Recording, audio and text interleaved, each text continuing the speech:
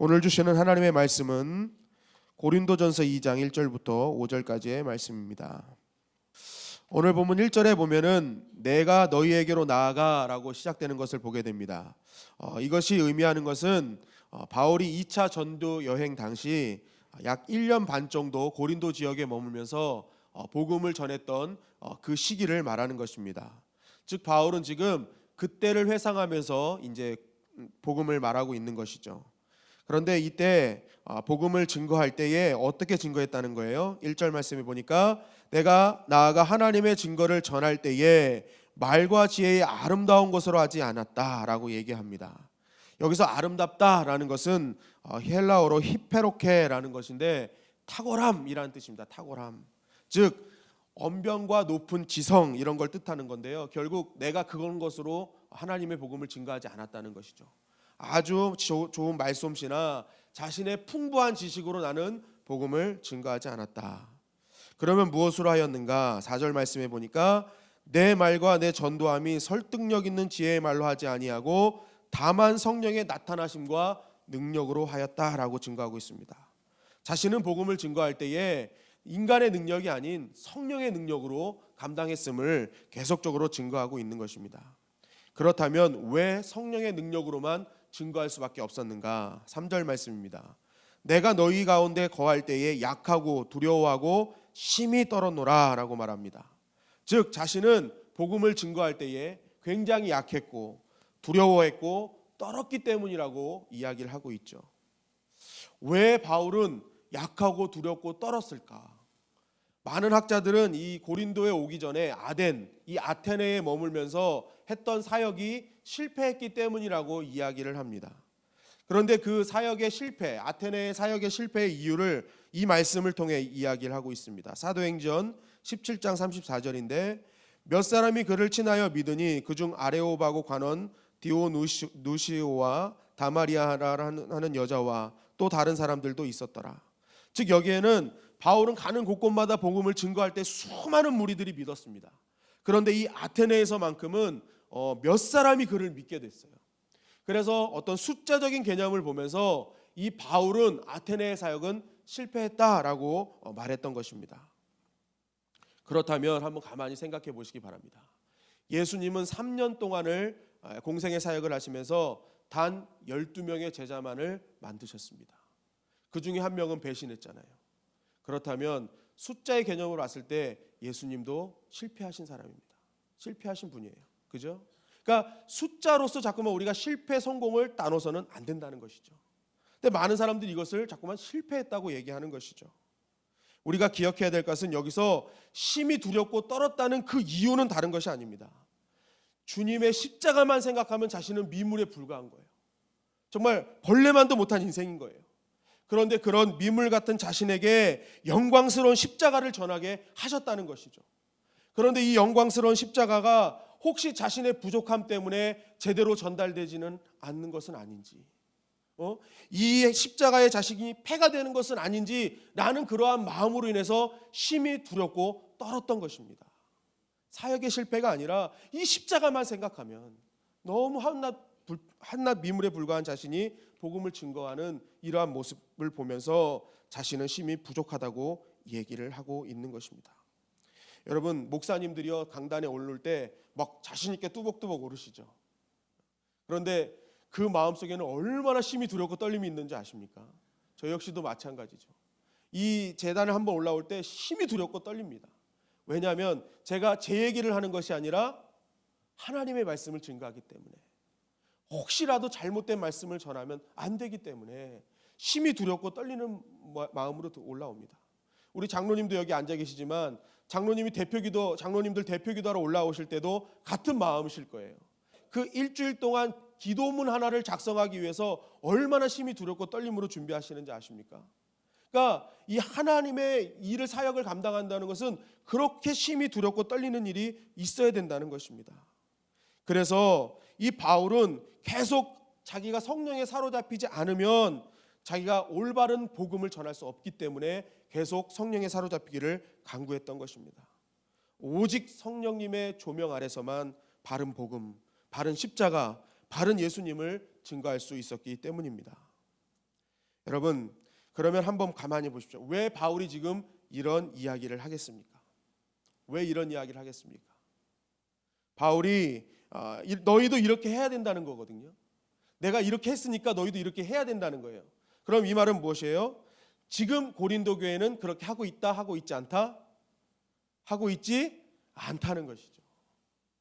지금 고린도 교회의 복음이 증거돼서 하나님의 사명을 감당하게 만들었는데 어느 순간 고린도 교회는 성령의 능력을 의지하지 않고 자신의 말과 자신의 힘들을 의지하고 있다는 것입니다. 지금 너희들은 하나님의 뜻에서 멀어지고 있다라는 것이 지금 바울이 고린도 교회를 향한 질책인 것이죠. 여러분, 고린도는 아테네와 더불어 철학적 생각이 가장 깊은 곳이었습니다. 그래서 자기 생각을 표현하는 화술이 굉장히 뛰어난 곳이었어요. 그러다 보니까 결국 나중에 복음을 도구로 사용해서 자기 언변을 자랑하는 그러한 일을 서슴없이 감행하고 말았다는 것입니다. 그래서 바울이 지금 촉구하고 있는 거예요. 너희들은 십자가 앞에 한낱 미물에 불과하다. 너희들은 연약한 자들이다. 그러니까 너희는 성령을 의지해서 사역을 해야 된다. 너희가 성령을 의지 않고 사역을 하지 않고는 절대로 하나님께 인정받을 수 없음을 강조하는 거예요. 너희가 잘나서 사역을 하고 교회를 이룬 것이 아니라 오직 십자가의 능력이 너희를 성도답게 했고 교회답게 했다는 것을 너희는 알아야 된다. 그것을 지금 바울은 강조하고 있는 것입니다. 여러분, 오늘 이 바울의 고백이 우리의 고백이 되어야 될 줄 믿습니다. 우리가 무슨 일을 하든 간에 아주 작은 일을 할지라도 하나님께서 나에게 맡겨주신 사역이 있다면 그 사역을 감당하기 전에 우리는 심히 두렵고 떨림으로 감당해야 된다는 것입니다. 혹시 내가 내 사역을 통해 하나님의 능력이 가려질까? 십자가의 그 영광스러운 신비가 가려지진 않을까? 두려운 마음으로 우리는 모든 것을 해야 될 줄 믿습니다. 그래야 우리가 고린도 교회의 실수를 반복하지 않는 거예요. 그래야 우리가 책망받지 않는 교회가 될 수 있는 것입니다. 여러분, 오늘 우리의 마음속에 하나님의 사역이 있다면 두렵고 떨리는 심정으로 성령을 더욱 의지하시기를 주님의 이름으로 간절히 축원합니다. 그리고 두 번째, 제가 이 말씀을 통해서 깊이 깨달은 묵상이 있다면 성령 충만의 시작은 바로 내가 약함을 인정하는 순간부터 시작된다는 것입니다. 성령 충만은 우리가 날마다 기도를 합니다. 하나님, 나에게 성령 충만을 주시옵소서. 그런데 내일도 또 기도합니다. 하나님, 나에게 성령 충만을 주시옵소서. 모레도 또 기도합니다. 하나님, 나에게 성령 충만을 주시옵소서. 맨날 성령 충만을 달라고 하는 기도가 이유가 뭐예요? 내가 성령 충만을 느끼지 못하기 때문에 그래요. 맨날 성령 충만을 위해서 기도했는데 성령 충만을 느끼지 못해요. 왜 그럽니까? 기도를 통해서 우리는 성령 충만을 받는다라고 생각하기 때문에 그렇습니다. 물론 맞습니다. 우리가 기도해야 성령 충만을 받는데 이 기도의 깊은 뿌리 속에 무엇이 내재되어 있느냐가 중요하다는 거예요. 기도를 시작할 때 내가 철저히 약하고 부족한 것을 고백하는 그러한 고백이 우리 가운데 반드시 있어야 된다는 것입니다. 여러분, 오순절 성령의 역사는 기도를 통해서 일어났습니다. 그런데 이 기도의 본질을 우리가 가만히 보셔야 됩니다. 예수님께서 승천하시기 전에 너희는 꼭 예루살렘을 떠나지 말고 성령을 기다리면서 사모하면서 기도하라고 말씀하셨죠. 왜 그랬습니까? 이 말씀 속에는 깊은 의미가 있어요. 그것은 너희가 나를 3년 동안 따라다니면서 열심히 하나님의 일을 한다고 했는데 결국 너희들은 내가 십자가에 달리는 순간 떠나지 않았느냐? 니네 힘으로 할 수 있는 것이 아니다. 성령의 충만함을 받아야 된다. 성령만이 너희가 감당해야 될 복음 증거의 유일한 힘이 될 수 있다라는 것이 이 말씀 속에 들어있는 거예요. 그러니까 너희들은 약함을 고백해라. 내가 할 수 없음을 고백해라. 성령님만이 하실 수 있다는 것을 고백해라라는 것이 이 기도의 본질이라는 것이죠. 그런데 우리의 기도 속에는 이러한 본질적인 의미가 없어요. 그죠? 그런데 말로만 우리가 성령 충만을 달라고 해요. 내 속에는 약함이 없는데, 약함의 고백이 없는데, 그러면 그 안에 성령 충만이 없다는 것이죠. 예수님은 제자들에게 이렇게 기도하라면서 기도문을 알려주셨습니다. 그것이 무엇입니까? 주기도문이에요. 하늘에 계신 우리 아버지, 이름이 거룩히 여김을 받으시오며 나라에 임하옵시며. 영과 육이 완벽한 기도의 내용을 예수님이 우리에게 말씀해 주셨죠. 그런데 이 기도문이 완벽해진 이유는 단 한 가지 단어 때문입니다. 그 단어가 뭔지 아십니까? 바로 대개라는 단어입니다. 대개 나라와 권세와 영광이 아버지께 영원히 있사옵나이다. 이 대개라는 단어가 헬라어로 호티라는 단어인데 영어로는 비코즈라는 단어입니다. 즉 왜냐하면이죠. 왜냐하면. 그러니까 예수님이 쭉 기도문을 말씀하신 다음에 대개 나라와 권세와 영광이 아버지께 영원히 있습니다라고 얘기하십니다.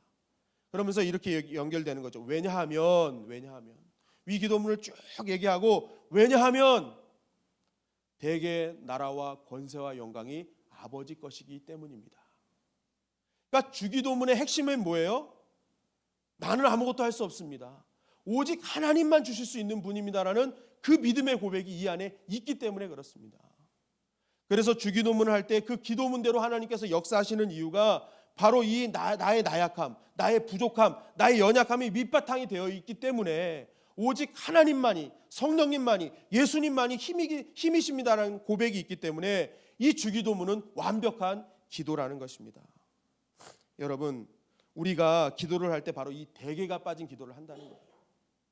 나라와 권세와 영광이 아버지 것입니다라는 이 기도문이 빠져 있기 때문에 우리가 성령 충만을 받지 못하는 것입니다.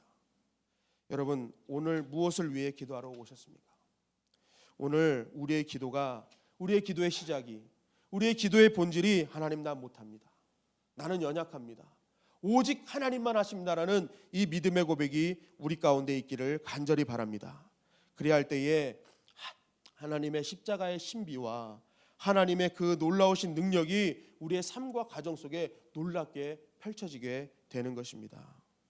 여러분, 오늘 이 바울의 이 고백, 내가 성령을 의지할 수밖에 없었다, 나는 미물이다, 나는 약하다라는 이 고백이 우리의 고백이 되어지길 간절히 바랍니다. 그리할 때에 바울에게 역사하셨던 성령의 충만함, 그리고 성령의 능력이 오늘 우리의 삶 가운데, 우리의 걸음 가운데도 동일하게 이루어지게 될 줄 믿습니다.